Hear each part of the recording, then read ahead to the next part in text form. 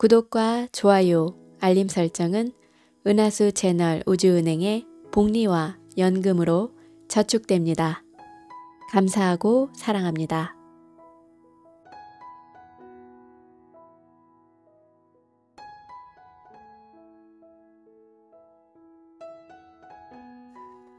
하나의 문이 닫히면 또 다른 문이 열린다는 것.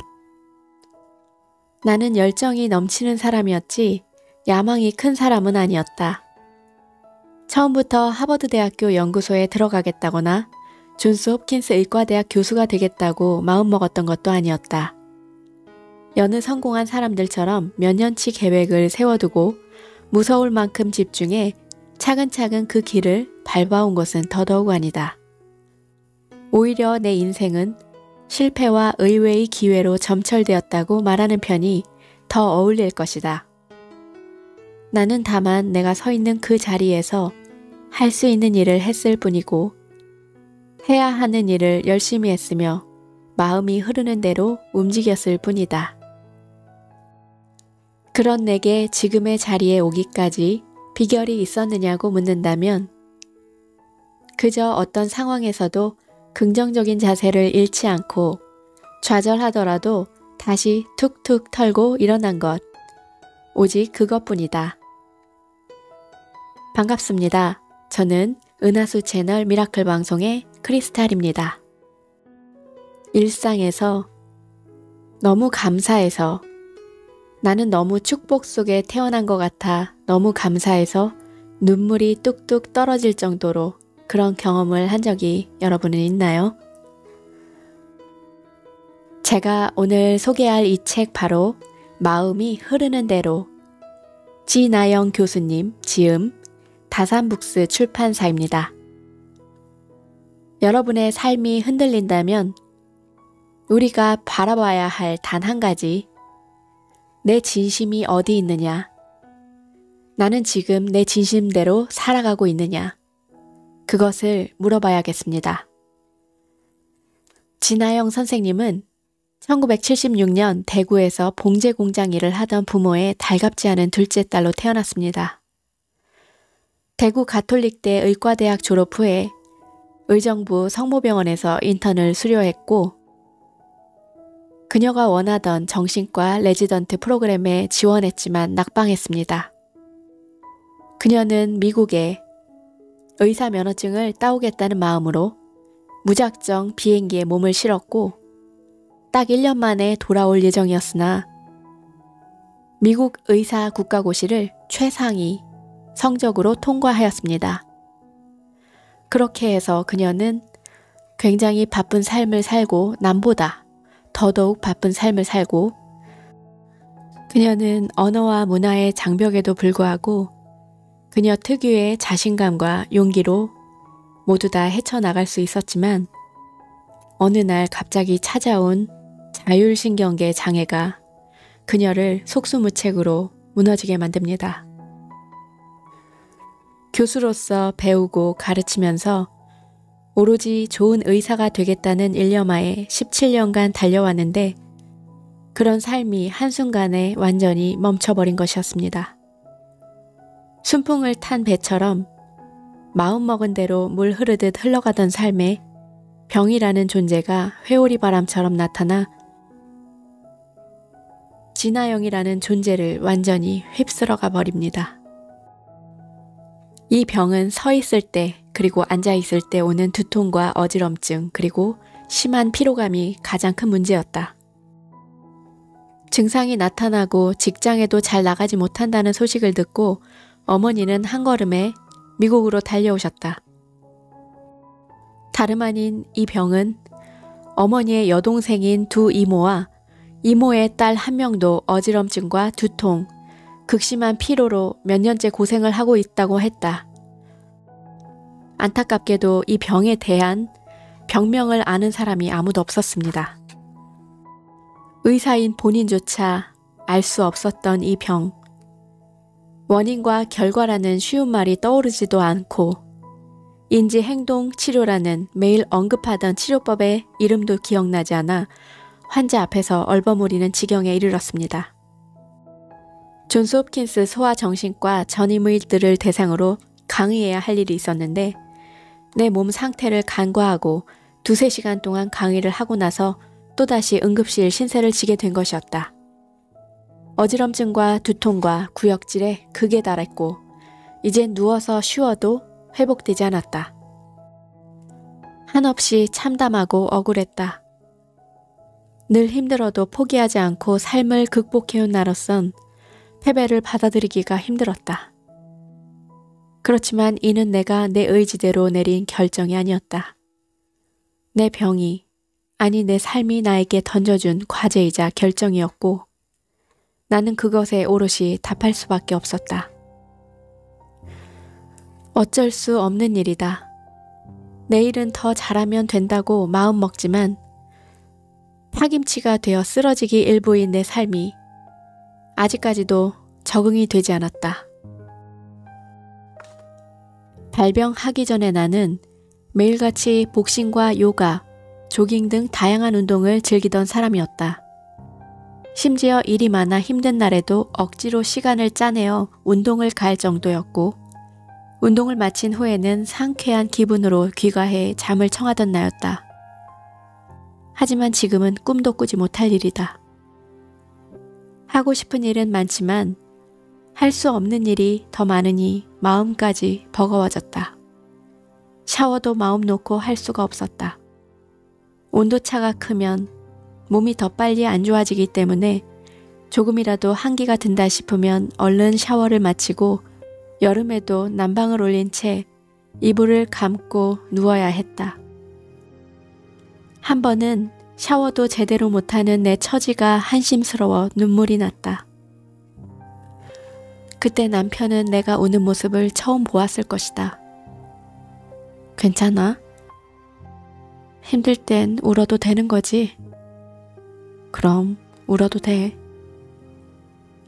여행을 다니지 못하는 것 또한 한없이 안타까웠다. 장거리 이동은 차를 타는 것만으로도 지치는 일이다. 그러니 비행기를 타고 해외로 다니는 걸 상상이나 할 수 있을까? 방학이나 휴일이면 항상 해외로 쏘다니곤 했는데 지금도 그때를 생각하면 가슴이 설렌다. 새로운 곳으로 가 그곳에 들어서면 누구도 나를 모르고 나 역시 아무도 모른다는 완벽하게 이방인이 된 그 자유로운 기분을 참 좋아했는데 언젠간 다시 그런 가슴 뻥 뚫리는 기분을 느낄 수 있을까?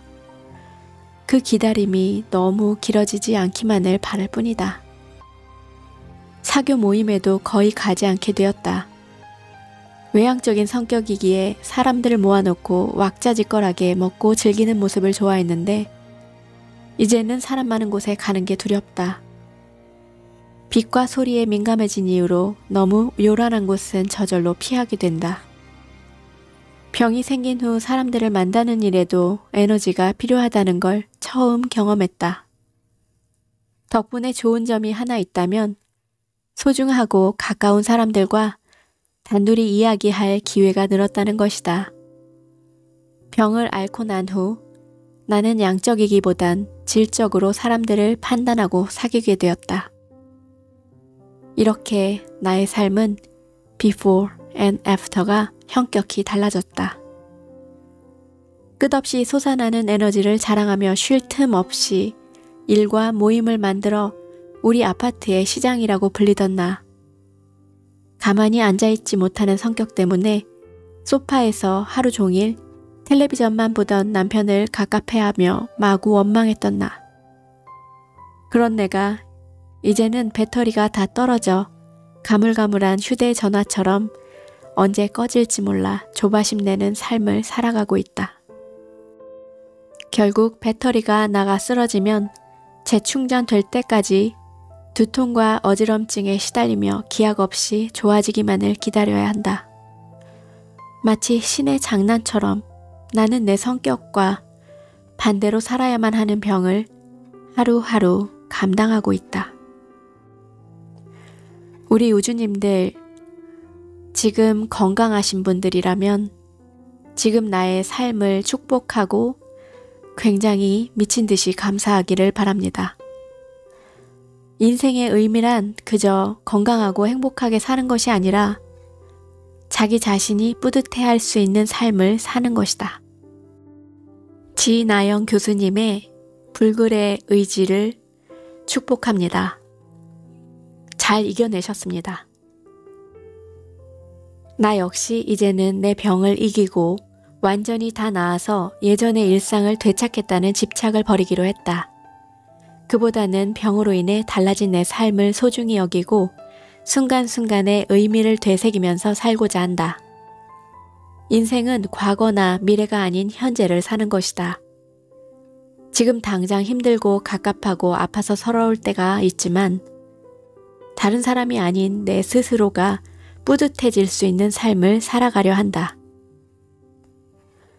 오스트레일리아의 호스피스 간호사였던 브로니 웨어는 내가 원하는 삶을 살았더라면 이라는 책에서 죽어가는 사람들이 말하는 5가지 후회 중에 하나가 일만 너무 열심히 했다는 것이라고 했는데 나 역시 그 말에 전적으로 동의하게 되었다. 죽음을 앞두고 그 누구도 조금 더 열심히 일할 걸 이라고 후회하지 않는다. 그보다는 일 때문에 사랑하는 가족, 친구들과 의미 있는 시간을 더 많이 보내지 못한 것을 후회한다. 나는 병을 앓기 전에 늘 쫓기듯 바쁘게 살면서 오늘 할 수 있는 일을 내일로 미루는 사람은 게으른 사람이라고 치부하곤 했다. 하지만 이제는 절대 그렇게 생각하지 않는다. 하루 종일 일을 하며 보내기보다는 몸과 마음에 충분한 휴식 시간을 주며 소중한 사람들과 최대한 함께 보내는 것이 더 의미 있고 현명한 삶이라는 걸 병을 통해 배웠다. 아직 내게는 레몬 같은 날들이 더 많지만 언젠가는 분명 레모네이드를 맛볼 날이 올 거라 믿는다. 어떤 레모네이드일지는 모르겠다. 의사라는 직업에서의 성취일지, 건강의 회복일지, 또 다른 모형의 깨달음일지 아직은 잘 짐작이 가지 않는다.